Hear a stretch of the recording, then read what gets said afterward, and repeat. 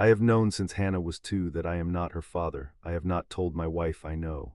Hannah is 18. She just started asking why she doesn't look like me. Sarah and I got married in 2005. We had been together for 4 years before that. I was 28, she was 26. We were trying for a baby by our second anniversary. Hannah was born in March of 2007. What I did not know on our wedding day, and what I figured out about 6 months into the pregnancy, was that Sarah had been seeing a man named Aaron at her old job during a 4-month stretch the previous winter.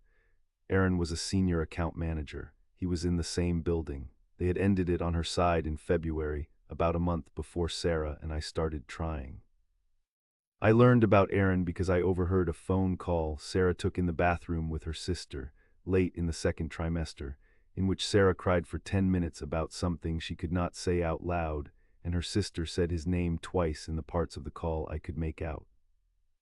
I did not confront her. I did not confront her sister. I sat with it. I told myself it had probably been over before we started trying. I told myself the timing might still work. I told myself I would not know until the baby was here, and that if Sarah had not told me by then, she had not told me for a reason, and the reason might be a reason I could live with. Hannah was born. She did not look like me. I want to say I noticed this the first day, the first hour. She had dark hair, she had a complexion, she had features that did not come from either side of my family. Sarah said babies looked like nobody, that the look would change, that she would settle into me as she got older.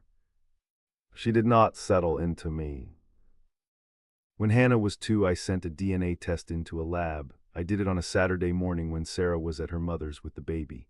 I swabbed a cheek the night before, after Hannah had fallen asleep on my chest in her overalls. I packaged the test. I dropped it at the FedEx counter. I used a name that was not mine. The result was what I had known it would be. Hannah was not biologically my daughter. The lab gave me a probability number that I am not going to repeat because I do not want to repeat it. It was high enough.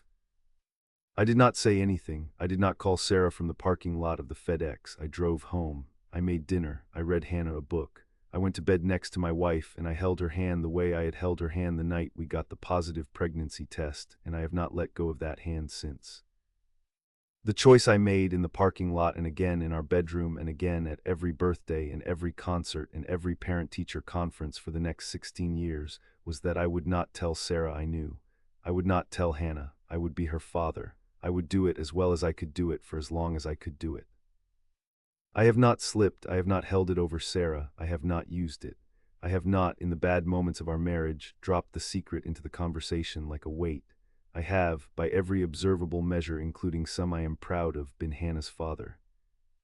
Hannah started asking last spring. She's going to a college 12 hours away in August. She's going to be on her own. She asked her mother 3 weeks ago why she does not look like me. Her mother told her some version of what mothers tell daughters. Hannah did not seem convinced. She has not asked me directly yet. She might. She's going to take a DNA test for fun before she leaves. I know she is. Every kid does now. Hannah leaves for college in 11 weeks. I have not decided whether to tell Sarah I know. I have not decided whether to tell Hannah anything. The decision I made in the FedEx parking lot is going to be tested by something my daughter buys at CVS for $60. What would you have done? Tell me in the comments.